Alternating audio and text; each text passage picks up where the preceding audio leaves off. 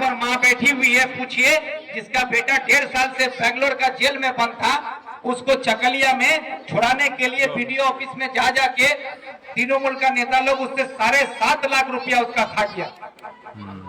7.5 लाख रुपया उसका ले लिया, लेकिन उस माँ को इंसाफ दिलाने के लिए कुछ भी नहीं कर पाया। और 1.5 साल के बाद उसी माँ को मेरे पास जब आई तो उसकी माँ का तकलीफ सुनकर यहाँ से बैठ के बेंगलोर में बातचीत करके बेंगलोर जाके उसका दोनों बेटा को 1.5 साल के बाद जेल से निकाल के माँ के पास पहुंचा के दिया। तो ये तो आपको नेता क्यों चाहिए? नेता क्यों चाहिए? हम यही सवाल करते हैं कि नेता आप क्यों चुनते हैं? आपके घर में भात पकाने के लिए या आपका गोरू बकरी चढ़ाने के लिए?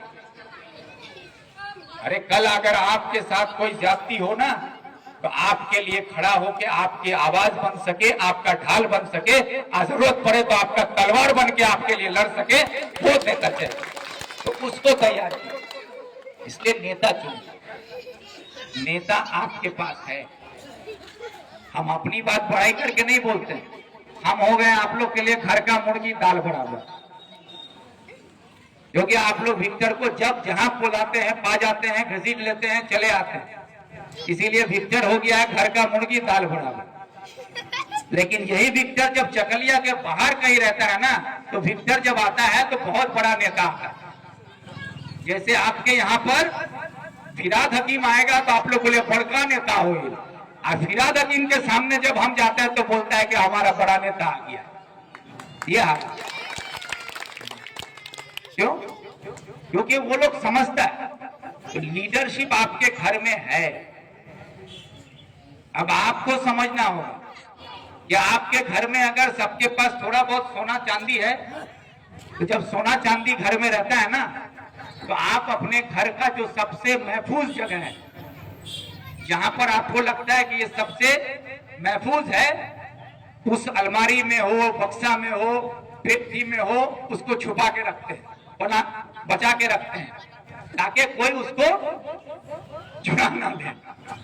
तो उसी तरह समाज में आपके पास जो पार्टी मजबूत है, जिसका नेता मजबूत है ना, उसको बचा के रखने का जिम्मेदारी आवाम को लेना। आप बचा के रखोगे तो इसका कीमत बढ़ेगा ना, तो ये आप ही के काम आएगा। तो आप अपना नेता को बचा के नहीं रख पाओगे तो कल आपके लिए ये सब जो पीतल तांबा सबको रखे हुए हैं, ये सब 10 टका हर एक माल में बिकेगा। क्या होता है ना, हर एक माल 10 टका, हर एक माल 10 टका।